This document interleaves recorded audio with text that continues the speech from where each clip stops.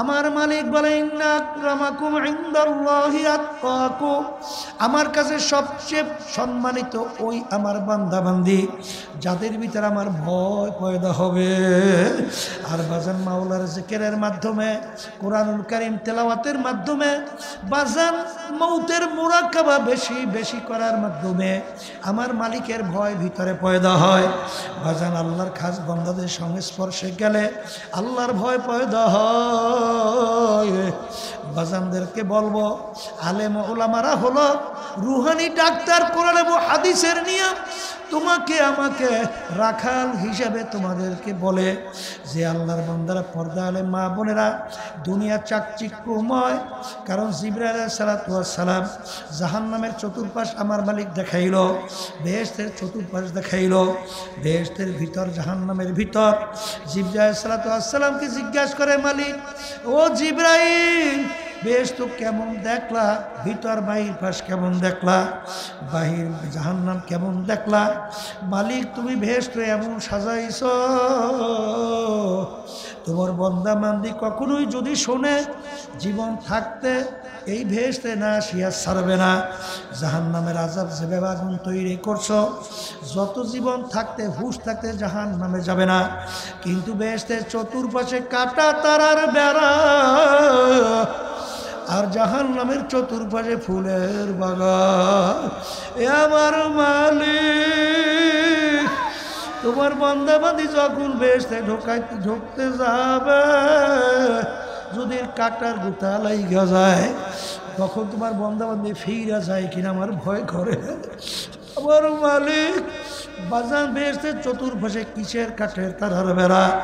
বাজান ফজরের সময় মুয়াজ্জিন শীতের যে যখন মসজিদে আজান দেয়, সালাতু খায়রুম মিনান নাওম, ঘুম হইতে নামাজ ভালো। কত আরামের ঘুম, ল্যাপ কম্বল ফালাইয়া ঠান্ডা পানিতে অনেক সময় উজু কইরা মসজিদে যাইয়া দাঁড়ানো কষ্ট লাগে কি লাগে না? বাজান ওই কাটার গুতা লাগিয়ে গেছে, বেড়া পার হয়ে গেছো। আরে রোজা রাখা গরমে কত কষ্ট, তুমি রোজা রাখছো, আল্লাহর হুকুম পালন করছো, বেড়া পার হয়ে গেলা। বর্তমানে পর্দা করা তো অনেক বড় কষ্ট, কারণ বর্তমানে পর্দা তো বলতে গেলে অনেকের মধ্যেই নাই। কিন্তু বাজান পর্দা কিন্তু আল্লাহর হুকুম ফরজ। জোরে বলো কথা ঠিক না বেঠিক? আরে তুমি কষ্ট করে আল্লাহর হুকুম মানছো, কাটার গুতা লাগছে, বেড়া পার হয়ে চইরা গেলা। বাজান বড় বড় অফিসার, আল্লাহু আকবার, আমার মালিকের ভয়, জাহান্নামের ভয়, ঘুষ খায় না, সুদ খায় না, জাহান্নামের কথা মনে কইরা হারামের দিকে যায় না, জনগণের সম্পদ মানে না, চাঁদাবাজি করে না, টেন্ডারবাজি করে না। বাজান চাকরির পয়সা দিয়ে ঠিকমতো সংসার চালাইতেও পারে না। এমনকি স্ত্রীও টিটকারি মারে স্ত্রী, যে কেমন বেটা তুমি বলে এত বড় অফিসার, তোমার সংসারও তো ঠিকমতো চলে না। তখন বাজান আর এক শ্রেণী, তারা ওই পাওয়ারের চেয়ারে বৈশা বাজান দিনের দিন রাত্র, ওই যে শেখ হাসিনা প্রধানমন্ত্রী বলছিল আমার পিউনও প্রায় 400 কোটি টাকার মালিক, হেলিকপ্টার ছাড়া মনে চলেই না। তোর বাপের টাকা না তোর 14 গোষ্ঠীর টাকা? আমাদের বাংলাদেশের প্রতিটা 18 কোটি মানুষের জনগণের কামাই করা টাকা। জোরে বলো কথা ঠিক না ঠিক? বাজান দিনের দিন রাত্রে আঙ্গুল ফুইলা কলা গাছ হওয়া যায়, আঙ্গুল ফুইলা বট গাছ হওয়া যায়। বাজারে আরামের কোনো শেষ নাই। কিন্তু ওই অবস্থায় ঘুষের থেকে ফেরা, সুদের থেকে ফেরা, কারণ আল্লাহ রাসূল বলছেন ঘুষ দাতা দেউন্না নেউন্না দুনোটা জাহান্নামী। আর সুদের 70টার মতো গুনাহ, এর ভিতরে ছোট্ট গুনাহ নাউজুবিল্লাহ, ঘৃণা জমাবার জন্যে, মায়ের সঙ্গে অপকর্মের চেয়েও ঘৃণিত নাউজুবিল্লাহ। এত বড় ভয়াবহ এই সুদের গুনাহ, আল্লাহকে যে ভয় করে সে কোনোদিন সুদের কাছেও যাবে না। জোরে কাও আজান, ওই কাটার গুতা লাগছে, বেড়া পার হইয়া গেছে। যুবক যুবতীরা, মেয়েরা ছেলেদের সঙ্গে আড্ডা মারতে কত মজা, যুবক ছেলে মেয়েদের সঙ্গে আড্ডা মারতে কত মজা। বাজান রে, এর থেকে ফিরা থাকা বড় কষ্ট। আল্লাহু একবার কাটার গুতা লাগছে, বেড়া পার হয়ে গেছো। এরকম বেড়া পার হইতে হইতে যখন আমার মাওলার হুকুম হবে হায়াতের বেড়া শেষ হইয়া যাবে, আমার মালিক ডাক দিয়া বলবে, ও ফেরেশতারা আজরাইল, আমার বন্দাবান্দি বড় কষ্ট করে বেহেশত কামাই করছে, বেহেশত না দেখাইয়া মৌত করবা না। আমার মালিকের হুকুমে বেহেশতের দরজা টাস টাস করে খুইলা যাবে। বাজান হুরেরা জওয়াহেরের মালা নিয়ে অভ্যর্থনা জানাবে, আহলান সাহলান, আসেন আসেন। কোন জায়গা থেকে যে রু বের হইয়া যাবে কেউ করতে পারবে না। আর যারা নাকি এই দুনিয়ার মজায় ভাইয়া যাহা পরিচয় চলবে না, আমাদের উদ্দেশ্য যেখানে গেলে ঈমান মজবুত হবে, নেক আমল করা যাবে, সেই জায়গায় যে মাওলার পাগল হইয়া দুনিয়া থেকে বিদায় নিয়ে কবরে যাওয়ার তৌফিক আমার মালিক আমাদেরকে দান করুক। এই আল্লাহর বান্দারা, পর্দা আলেম মা বোনেরা, ঈমানকে মজবুত করা লাগবে, ঈমানকে নির্ভেজাল করা লাগবে। আমার আব্বাজান রহমাতুল্লাহ আলাইহি বলতেন, বাজন কারো ঈমান 10 টাকা, কারো 100, কারো 1000, কারো লক্ষ, কারো কোটি। আর এক শ্রেণীর আল্লাহর বান্দাবান্দি দুনিয়ার ভিতরে সব যদি তাদের পায়ের উপরে ফেলাইয়ে দেওয়া হয়, আল্লাহর ফজল করবে, তাদের ঈমান বিক্রি হবে না। কিন্তু বাজান বড় কষ্টের ব্যাপার, হাদিসের মধ্যে আসে আল্লাহ রাসূল সাল্লাল্লাহু আলাইহি ওয়াসাল্লাম বলছেন, শেষ জামানার মধ্যে ঈমানদারদের ঈমানের উপরে মজবুত থাকে এত কষ্ট হবে, জ্বলতে একটা আগুনের আংটা হাতের মুঠার ভিতরে রাখতে যত কষ্ট, তার চেয়েও বেশি কষ্ট হবে ঈমানদারদের ঈমানের উপরে মজবুত থাকা। কিন্তু যত কষ্ট হোক না কেন, এক শ্রেণীর আল্লাহর বান্দাবান্দি আমার উম্মতেরা থাকবে, যত বিপদ মুসিবত আসুক, যত তাদের টাকার অফার দেয়, ক্ষমতার অফার দেয়, যত বিভিন্ন লোভনীয় কিছু তাদেরকে অফার করা হোক, যত সম্মানিত তাদেরকে দেখা কেন, আল্লাহর ফজল কর্মে তাদের ঈমান বিক্রি হবে না। এই আল্লাহর বান্দারা, আমাকে আল্লাহ মাফ করুক, আমাদের সবাইকে মাফ করুক। আমিনু কামা আমানান নাস। ঈমান আনো সাহাবায়ে কেরাম যেভাবে ঈমান আনছিল, বাজার আপনারা জানেন, সাহাবায়ে কেরামদের জামাত বাদশা দাওয়াত করছিল, বাদশার মেহমান। সেই দেশের ভিতরে একটা নিয়ম ছিল, খাওয়ার পরে প্লেট পরিষ্কার করে খাওয়া। এটা অত্যন্ত একটা ঘৃণিত কাজ ছিল। এলাকায় এক একটা ঘৃণিত কাজ আছে না, এই তাদের দেশের ভিতরে প্লেট পরিষ্কার করে খাওয়া এটা একটা ঘৃণিত কাজ। আর ইসলামের ভিতরে ওইটা কি? কন হ্যাঁ, এই সাহাবায়ে কেরামদের জামাত, তারা কি প্লেট পরিষ্কার করে খায় কি খায় না? কিন্তু বাদশা, তাদের দেশের নিয়ম প্লেট পরিষ্কার করে না খাওয়া। এখন বাদশার মেহমান যদি তারাই ঘৃণিত কাজটা করে, বাদশা সমাজের লোকদের কাছে মুখ দেখাতে পারবে না যে বাদশাও ছোট লোক, দাওয়াত দেশও নাউজুবিল্লাহ একদল ছোট লোক। কথা বলে না কেন? কথা ঠিক না বেঠি? এই এখন বাদশা অনুরোধ করে, আমার ভাইরা, হে আমার মুসলমান ভাইরা, হে আল্লাহর হাবিবের সাহাবায়ে কেরাম, আমাদের দেশের মধ্যে সবচেয়ে ঘৃণিত কাজ হলো খাওয়ার পরে প্লেট পরিষ্কার করে চাইটা খাওয়া। আর আপনারা তো সুন্নাত হিসাবে এইটা খান, আপনারা প্লেট পরিষ্কার কইরা খান। আজকে বাদশার মেহমান আপনারা, আমার সম্মান রক্ষার জন্য আজকে আমার অনুরোধ, আজকে আপনারা এই কাজটা করবেন না, তাইলে কিন্তু আমি সমাজের ভিতরে মুখ দেখাতে পারবো না। তাদের ঈমান কেমন মজবুত ছিল, সাহাবায়ে কিরামদের জামাত, তারা ডাক দিয়ে বলে, বাদশা রে, তুমি ভালো কইরা যাই না রাখো, আজকে আমরা বাদশার মেহমান হব, এই জন্য আল্লাহর হাবিবের একটা সুন্নাত ছেড়ে দেব, ভালো করে জানে রাখো, আমাদের জীবন যাইতে পারে, আল্লাহর হাবিবের একটা সুন্নাত আমরা ছাড়তে পারবো না। এই হলো তাদের ঈমান। আর আল্লাহ মাফ করুক, বর্তমানে আমাদের জামানার ভিতরে এক শ্রেণী অনেক সময় প্রধানমন্ত্রীর সঙ্গে দেখা করার পরে গর্ব করে,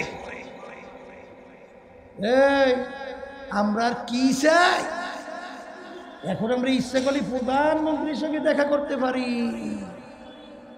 প্রধানমন্ত্রী মহিলা, তার সঙ্গে দেখা দিলে সব আমল নামা বস্তা বুঝিয়া জমা। হ্যাঁ, আমরা আর কি চাই, আমরা প্রধানমন্ত্রীর সঙ্গে দেখা করতে পারি, আমরা আর কি চাই। আমাদের আজকে এত সম্মান, অমুক সমুক সমুক, এই হইল আমাদের ঈমান এবং তাদের ঈমানের অবস্থা। ওমর ফারুক রাদিয়াল্লাহু তাআলা আনহু বাজান তার আয়ত্তের ভিতরে যখন নীল নদী আইসা গেল, নীল নদীর একটা নিয়ম, প্রতি বছর একটা সময় শুকিয়ে যাইত। যুবতী একটা সুন্দরী মেয়েকে যদি বলি দেওয়া হইতো, নীল নদীর পানি আবার আইসা যাইত। ওই পানি এত গুরুত্বপূর্ণ, ওই পানি খাইয়া মানুষ বাঁচে, পানি ফসল হয়, ফসল খাইয়া মানুষ বাঁচে। গুরুত্বে শেষ আছে? হ্যাঁ, মুসলমানদের আয়ত্তের ভিতরে নীল নদী আসলো, নিয়ম অনুযায়ী পানি শুকিয়ে গেছে। এখন নিয়মতে একটা যুবতী মেয়েকে ওই নীল নদীর ভিতরে জবাই করা লাগবে, নাহলে পানি আসবে না। ইসলামে জায়েজ আছে না? একটু আস্তে করা জায়েজ নাই। এখন আল্লাহ মাফ করুক, আমাদের যুগ হইলে ফতুয়া কত বাইরে, লক্ষ লক্ষ মানুষ মারা যায় একটা জানের বিনিময়। করার কি, দে একটা ধরিয়া জবাই, আসতে কয় কথা ঠিক না বেঠ। সাহাবায়ে কেরামদের ঈমান। আমিরের কাছে যখন গেল, আমির বলতেছে ইন্না লিল্লাহ, কথার কথা ইন্না লিল্লাহ কি বলো? তাহলে একটা মেয়ে জবাই দেওয়ার ভিতরে পানি আসা না যাওয়ার ক্ষমতা, তাহলে আমার মালিকের ক্ষমতা কই? আল্লাহু আকবার।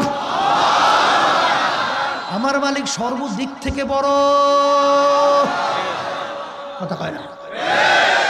এই আমির নীল নদীর কাছে চিঠি লেখে, হে নীল নদী,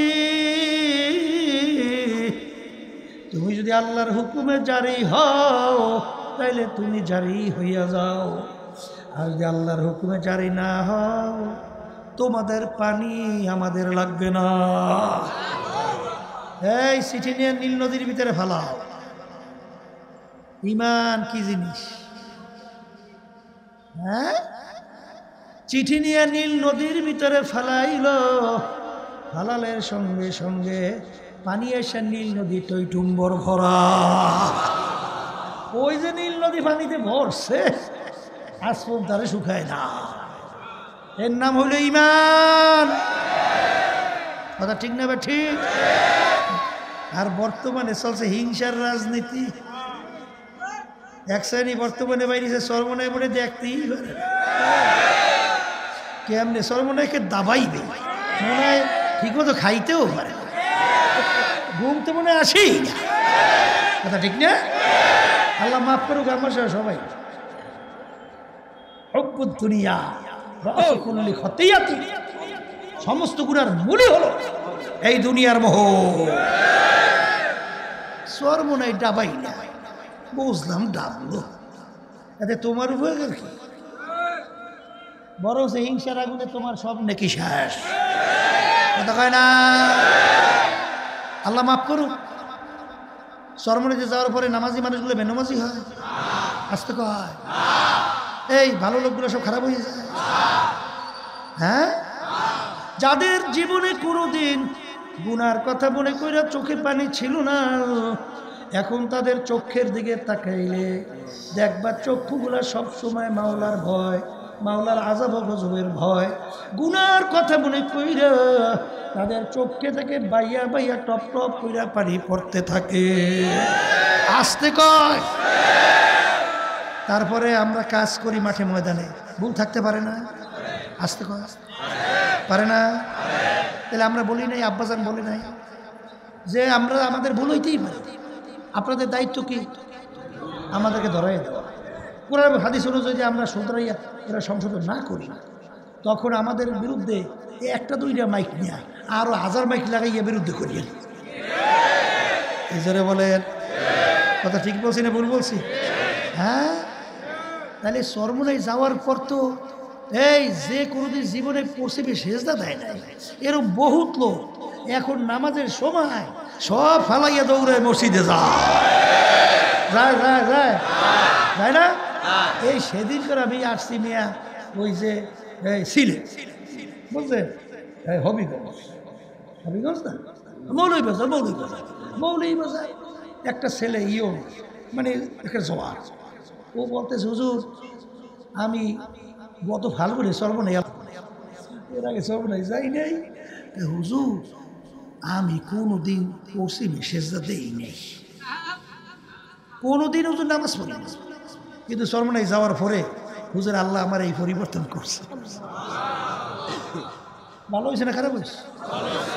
তাই তুমি এটা সহ্য করতে পারো না কা? তুমি ইসলামের মহব্বত করো, তুমি আল্লাহ এবং আল্লাহ রসুলের মহব্বত করো, তুমি দিনকে মহব্বত করো। কারণ আছে মেয়া, কারণ আছে বোঝেন নাই? চিন্তার পরিবর্তন। কি পরিবর্তন? আমরা চাই আমরা আগাছা হইতে চাই না, আমরা মূল গাছ হইতে চাই। আসতে কয় কি হইতে চাই? আগাছা বোঝেন? দেখেন নাই অনেক গাছের ভিতরে ওর গোড়া মোড়া নাই, উপরে কিছু গাছ জন্মায়, ওটা আগাছা। ওর কোনো স্থায়িত্ব আছে? যে কোনো মুহূর্তে বিলীন হয়ে গেল। বাংলাদেশে শতকরা 92% মতো মুসলমান। এই দেশের রাজধানী ঢাকা, বলা হয় মসজিদের নগরী, বলে না? এই দেশের রাস্তার মোড়ে মোড়ে মসজিদ মাদ্রাসার অভাব আছে, আলেম ওলামা তোলাবার অভাব। এই দেশে জুমার দিন মসজিদে দেখেন তো মুসল্লি ধরে। এই দেশের মধ্যে আজানের শব্দে বাচ্চাদের ঘুম ভাঙে না? আজানের শব্দে বাচ্চারা মার করে ঘরে যায় না? আচ্ছা, এই দেশের মধ্যে ইসলাম নামক গাছটা যদি মজবুত না হয়, তাইলে এই ইসলাম নামক গাছটা মজবুত হবে ভারতে, আমেরিকা, বিজাতিদের দেশ। কোন দেশ? 53 বছর স্বাধীনতার বয়স বাংলাদেশ বারবার আমাদেরকে ক্ষমতায় যাওয়ার সিঁড়ি হিসেবে ব্যবহার করছে। বারবার আমরা পরগাছা হয়েছি, আমাদের পরগাছা বানাইয়া ওরা বারবার আমাদেরকে ধোঁকা দিয়া আজকে বাংলাদেশের মধ্যে পাঠ্যসূচির ভিতর থেকে টোটাল ইসলামকে উঠাইয়া ফেলছে। আস্তে ইসলামের ইতিহাসকে বিকৃত ঘটাইয়া মিথ্যা ইতিহাসের মাধ্যমে আমাদের ভবিষ্যৎ প্রজন্ম সন্তানদেরকে ইসলাম মুসলমান বিদ্বেষী বানাবার তৈরি। আস্তে কথা ঠিক না বেঠি? ইসলাম নামক গাছটা মজবুত হয়েছে একটা আস্তে, কিন্তু এই দেশে কি মজবুত হওয়ার সুযোগ নেই? নাই নাই নাই নাই নাই। ইসলামী আন্দোলন বাংলাদেশ আল্লাহর ফজল ও করমে আপনাদের দোয়ায় 1987 সালে প্রতিষ্ঠিত হয়েছে। কত? কিন্তু আজ পর্যন্ত ইসলামী আন্দোলনের ব্যানার এবং তার মার্কা একজন এমপিও কিন্তু সংসদে যায় নাই। এখন কইতে পারেন হুজুর আমাকে সমর্থন নাই, যাইবেন কেন? কিন্তু যারা ফরগাছা হয়েছে তাদের সে মোটেও কিন্তু সমর্থন কম না।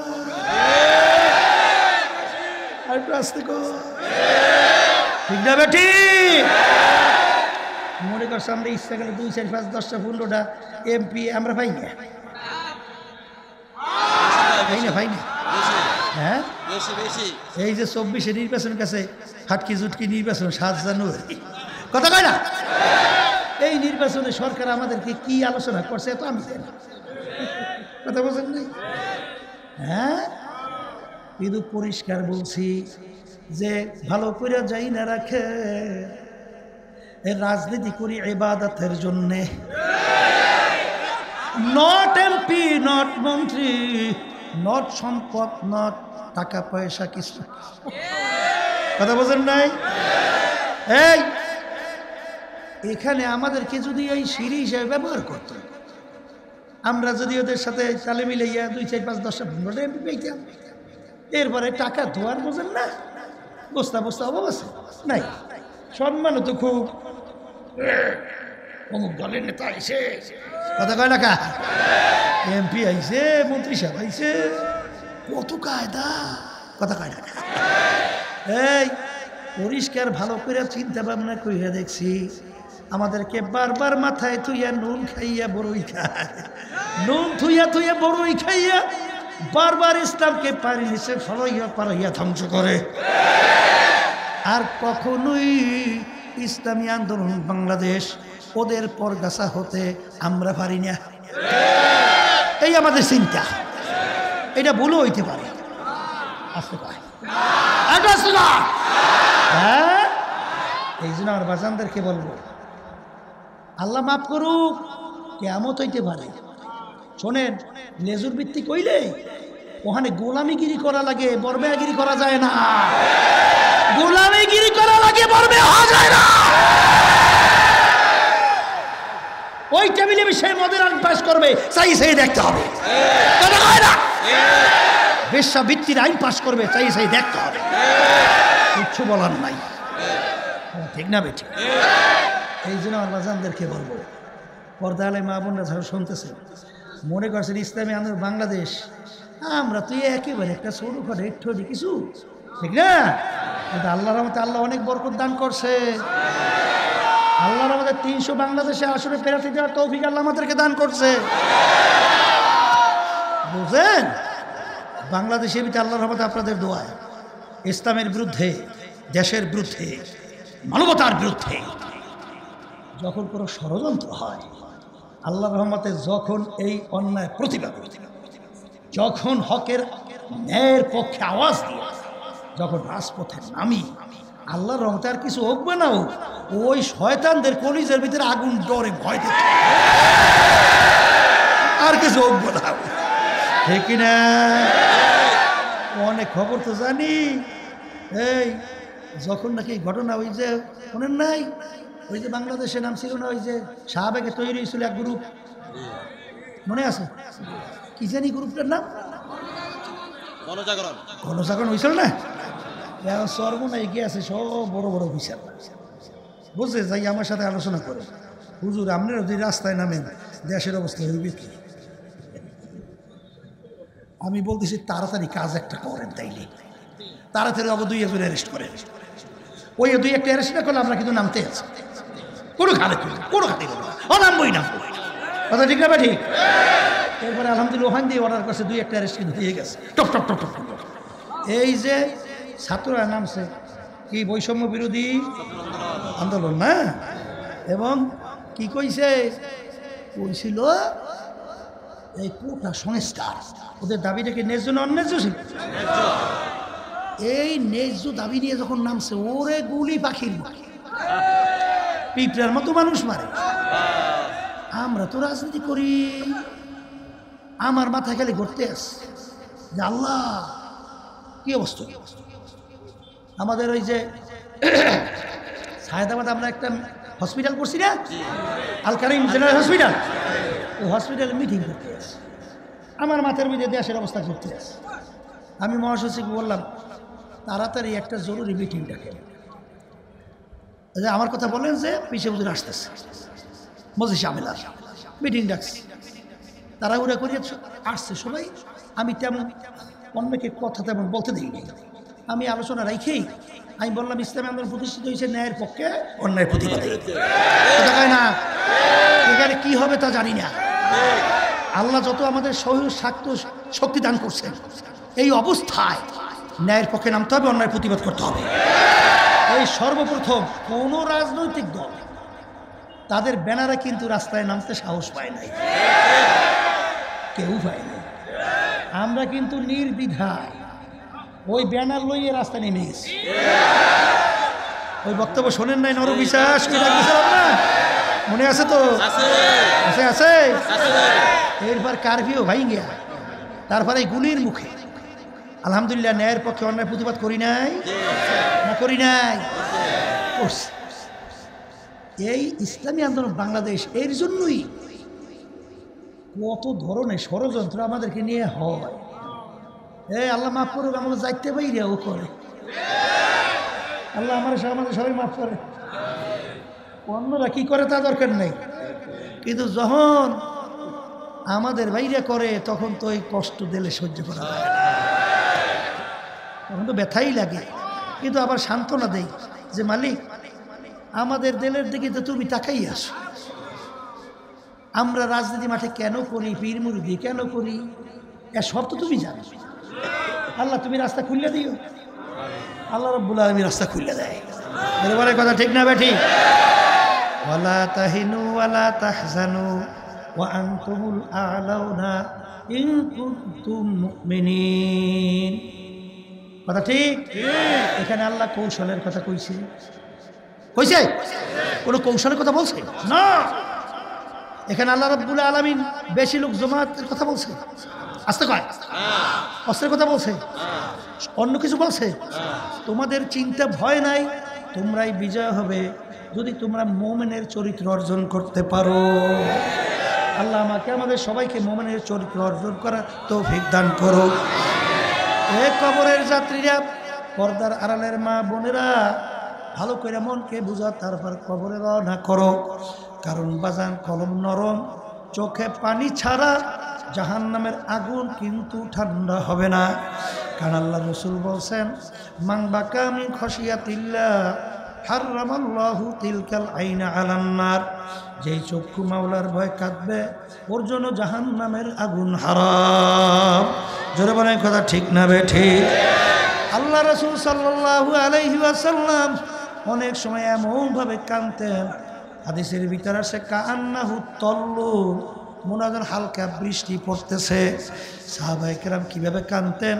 ওমর ফারুক রাদিয়াল্লাহু তাআলা আনহু তাল গাল মুবারকে দুইটা কালো দাগ পর্যন্ত পইরা গেছিল। আমার বাজানদেরকে বলবো, পর্দা আলে মা বোনদেরকে বলবো, আমার আব্বাজান রহমাতুল্লাহ আলাইহি বলতেন, যেই মামলার তদবির নাই ওই মামলারও কিন্তু খালাস নাই। এই জন্য আল্লাহর ওলিদের ইতিহাস পড়লে দেখবেন, সাহাবায়ে কেরামদের ইতিহাস পড়লে দেখবেন, তাদের দুনিয়ার কোনো মূল্যই ছিল না। সব সময় চিন্তা ছিল কিভাবে আমার মাওলাকে রাজি খুশি করা যায়, কোন কাজে আমার মাওলা বেজার, সেই পথে এক পাও জীবন গেলেও যেত না। আর যেই মাওলা পথে আমার মালিক খুশি, হুঁশ থাকতে জীবন থাকতে সেই পথ ছাড়ে নাই। জোরে বলেন কথা ঠিক কিনা? আর এই মন তৈরি করার জন্যই এই তরিকা শোনেন, হক্কানি তরিকা, আল্লাহর খাস বান্দারা, আপনাদের আমাদেরকে আল্লাহর সঙ্গে সম্পর্ক তৈরি করার জন্যই আপনার আমার জন্য ঔষধের ব্যবস্থা করে গেছেন। আমি বাজানদেরকে বলে, পর্দারে মা বোনদেরকে বলবো, এই ঔষধ পরীক্ষা করে দেখো। আমার দাদাজান বলতেন, পরিবর্তন না আসলে গালি দিও। বাজান এলেম শেখা এক জিনিস, কিন্তু বাজান এলেম অনুযায়ী ভিতরে তার অবস্থান তৈরি হওয়া কিন্তু আলাদা জিনিস। বাজান আমার মালিক বলেন, ইন্নামা ইয়াখশাল্লাহা মিন ইবাদিহিল উলামা। আলেম বল হয় তাকে যার ভিতরে আমার ভয় পয়দা হবে। আলেম হইতে পারে, শাইখুল হাদিস হইতে পারে, মুফতি মুহাদ্দিস হইতে পারে, পীর হইতে পারে, যদি তার ভিতরে আল্লাহর ভয় পয়দা না হয়, সে শুধু জানছে ইবলিস শয়তান কিন্তু অনেক জানুন না পণ্ডিত ছিল। জোরে বলেন কথা ঠিক না বেঠিক? ওর কিন্তু কোনো মূল্য নাই, চিরতরে জাহান্নামের হুকুম। আলেম বলা হইবে তাকে যার ভিতরে আমার মাওলার ভয় পয়দা হবে। আমার মালিক বলে, ইন্না আকরামাকুম ইনদাল্লাহি আতকাকুম, আমার কাছে সবচেয়ে সম্মানিত ওই আমার বান্দা বান্দি যাদের ভিতরে আমার ভয় পয়দা হবে।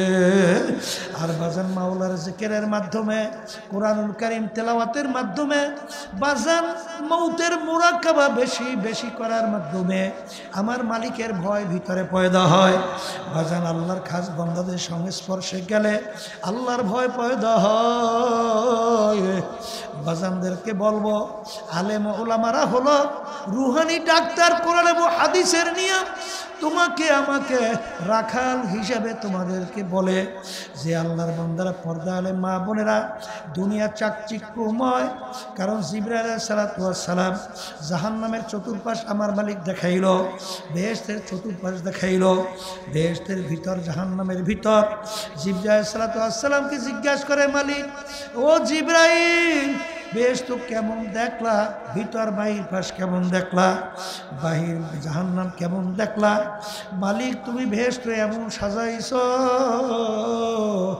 তোমার বান্দা বান্দি কখনোই যদি শোনে জীবন থাকতে এই বেহেশতে না আসিয়া ছাড়বে না। জাহান্নামের আযাব যেভাবে আগুন তৈরি করছো, যত জীবন থাকতে হুঁশ থাকতে জাহান্নামে যাবে না। কিন্তু বেহেশতের চতুর্পাশে কাটা তারার বেড়া, আর জাহান্নামের চতুর্পাশে ফুলের বাগান। এ আমার মালিক, তোমার বান্দা বান্দি যখন বেহেশতে ঢুকতে যাবে, যদি কাটার গুতা লাইগা যায়, তখন তোমার বান্দা বান্দি ফিরা যায় কিনা আমার ভয় করে। আমার মালিক, বাজান বেহেশতের চতুর্পাশে কিসের কাঠের তারার বেড়া? বাজান ফজরের সময় মুয়াজ্জিন শীতের যে যখন মাসির আজান দেয়, সালাতু খায়রুম মিনান নাওম, ঘুম হইতে নামাজ ভালো, কত আরামের ঘুম। ল্যাপ কম্বল ফালাইয়া ঠান্ডা পানিতে অনেক সময় উজু কইরা মসজিদে যাইয়া দাঁড়ানো কষ্ট লাগে কি লাগে না?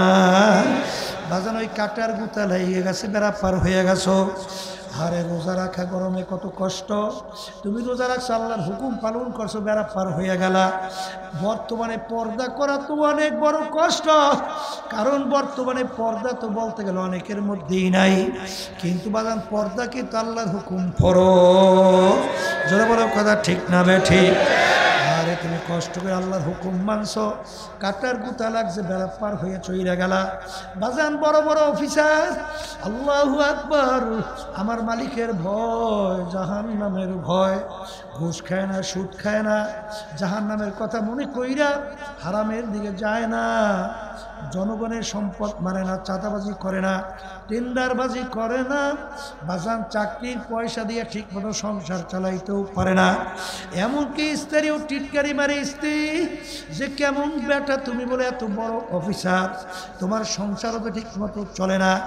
তখন বাজান আর এক শ্রেণী, তারা ওই পাওয়ারের চেয়ারে বৈশা বাজান দিনার দিন রাত্র, ওই যে শেখ হাসিনা প্রধানমন্ত্রী বলছিল আমার পিউনও প্রায় 400 কোটি টাকার মালিক, হেলিকপ্টার ছাড়া মনে চলেই না।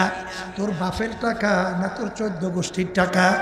আমাদের বাংলাদেশের প্রতিটা 18 কোটি মানুষের জনগণের কামাই করা টাকা। জোরে বলো কথা ঠিক না ঠিক? বাজান দিনার দিন রাত্রে আঙ্গুল ফুইলা কলা গাছ হওয়া যায়, আঙ্গুল ফুইলা বট গাছ হওয়া যায়। বাজারে আরামের কোনো শেষ নাই।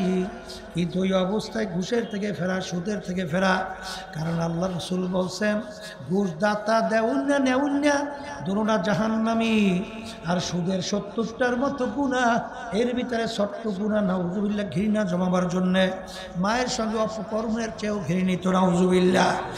এত বড় ভয়াবহ এই সুদের গুনাহ, আল্লাহকে যে ভয় করে সে কোনোদিন সুদের কাছেও যাবে না। জোরে কাও আজান, ওই কাটার গুতা লাগছে, বেড়া পার হইয়া গেছে। যুবক যুবতীরা, মেয়েরা ছেলেদের সঙ্গে আড্ডা মারতে কত মজা, যুবক ছেলে মেয়েদের সঙ্গে আড্ডা মারতে কত মজা। বাজান রে, এর থেকে ফিরা থাকা বড় কষ্ট। আল্লাহু আকবার, কাটার গুতা লাগছে, বেড়া পার হইয়া গেছো। এরকম বেড়া পার হইতে হইতে যখন আমার মাওলার হুকুম হবে হায়াতের বেড়া শেষ হইয়া যাবে, আমার মালিক ডাক দিয়া বলবে, ও ফেরেশতারা আজরাইল, আমার বান্দাবান্দি বড় কষ্ট করে বেহেশত কামাই করছে, বেহেশত না দেখাইয়া মৌত করবা না। আমার মালিকের হুকুমে বেহেশতের দরজা টাস টাস করে খুইলা যাবে। বাজান, হুরেরা জওয়াহেরের মালা নিয়ে অভ্যর্থনা জানাবে, আহলান সাহলান, আসেন আসেন। কোন জায়গা থেকে যে রু বের হইয়া যাবে কেউ করতে পারবে না। আর যারা নাকি এই দুনিয়ার মজায় ভাইয়া মুরিদ পরিচয় চলবে না, আমাদের উদ্দেশ্য যেখানে গেলে ঈমান মজবুত হবে, নেক আমল করা যাবে, সেই জায়গায় যে মাওলার পাগল হইয়া দুনিয়া থেকে বিদায় নিয়ে কবরে যাওয়ার তৌফিক আমার মালিক আমাদেরকে দান করুন।